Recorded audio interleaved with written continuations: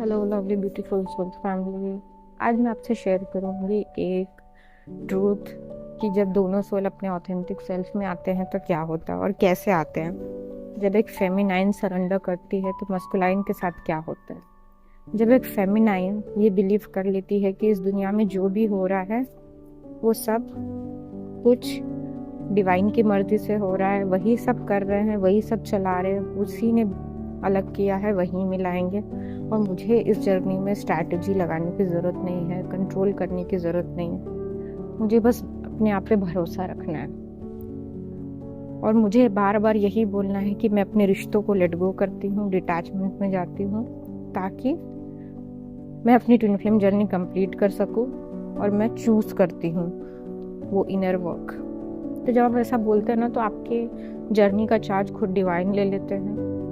और लेने के बाद वो क्या करते हैं, वो आपकी जो रोल्स रिस्पॉन्सिबिलिटी है, जो इस दुनिया के रिश्ते हैं, धीरे धीरे उनसे आपका मोह खत्म हो जाएगा। वो आपको छोड़ के तो नहीं जाएंगे, जब तक पूरा कर्मा खत्म हो जाएगा उसके बाद ही छोड़ के जाएंगे। तो तब तक वो पूरी दुनिया के रिश्ते का भार वो संभालेंगे बहुत अच्छे से। तो ये होता है जब एक फेमिनाइन सरेंडर मोड में करती है, वो एक जगह बना रही है कि उसका मस्कुलाइन भी आ सके। अब जब आप ऐसा करते हो, ऐसा थॉट रखते हो तो और कंटिन्यू इनर वर्क करते हो, तो उनके मन में क्या चलता है। उनके मन में जो अब तक डर था कि आप उनके लिए सही नहीं हो, वो थर्ड पार्टी को चूज करते हैं क्योंकि उनके मन में डर है, क्योंकि वो डर आपने रिफ्लेक्ट किया है बार बार कि वो छोड़ के चला जाएगा, वो नहीं आएगा तो क्या होगा, उसने शादी नहीं की तो क्या होगा। जब आप ऐसा करते हो कि अपने मन में ये भाव रखते हो कि हो जाए उसकी शादी किसी और के साथ होना है तो वो फिर भी मेरा है, चला जाए वो उसको जिसके साथ जाना है लेकिन वो फिर भी मेरा है। तो जब आप ऐसी भावना में आ जाते हो कि मैं उसे आपको सौंपती हूँ, वो जाए जहाँ जाना चाहता है, वो देखे जिसको देखना चाहता है, वो रहे जिसके साथ रहना चाहता है, इतना बड़ा आपको दिल करना पड़ेगा। वो कहीं भी रहे वो फिर भी मेरा है, किसी भी बॉडी में रहे वो फिर भी मेरा है, उसके कोई भी कर्मा हो गए वो क्लियर करके मेरे पास आ ही जाएगा।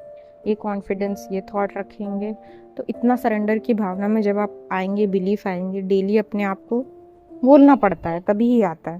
तो अब इससे क्या होता है प्रभाव उनके अंदर कि वो ना अब रेजिस्ट करना बंद कर देते हैं। इससे पहले वो रेजिस्ट करते थे प्यार को, आपको रेजिस्ट करते थे, इग्नोर करते थे, तो वो रेजिस्ट नहीं करेंगे क्योंकि आपने सरेंडर किया है। तो वो भी अब सरेंडर के भाव में आएंगे।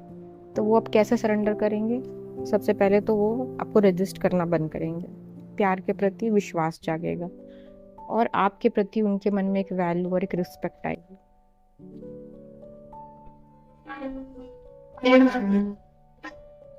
उनके अंदर जो पहले वो किसी भी छोटी बात पे चल जाते थे कार्मिक के पास, उन्हें लगता था ये पीस दे देगी, सुकून आ जाएगा, तो वो सुकून अब उनका छिन जाएगा क्योंकि आपने सरेंडर किया। तो वो भी मजबूर हो जाते हैं उस स्टेट में आने के लिए और वो आपकी तरफ आकर्षित होते हैं क्योंकि उनको ऐसा लगता है कि मैं अब नहीं रह पा रहा हूँ, मैं नहीं रेजिस्ट कर पा रहा हूँ, मैं अब किसी और को नहीं चूज़ कर सकता, मैं अपने रियल वर्जन को चूज़ करूँगा। अब उनको पैसा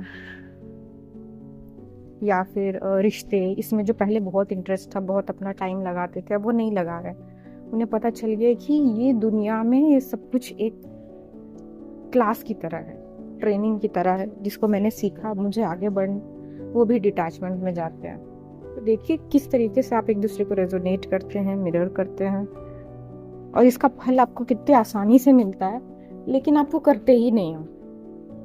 तो वो ऑथेंटिक सेल्फ में आए, आप तो पहले आ ही गए सरेंडर करके, दोनों अपने अपने ऑथेंटिक सेल्फ में खड़े रहोगे और ये दोनों सोल एक ऐसे स्टेज पे आ चुकी है कि जब अब वो दूसरे को चाहती है आना, वो खुद आपके पास आएंगे, बोलेंगे मुझे मिलना है।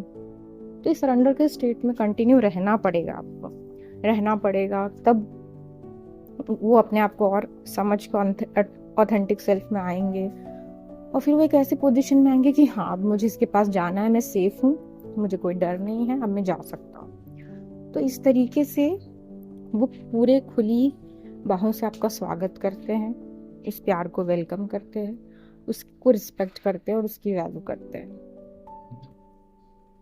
तो ये था एक छोटा सा इंफॉर्मेटिव वीडियो इस बारे में कि आपके सरेंडर से उनके जीवन में क्या इम्पैक्ट पड़ता है।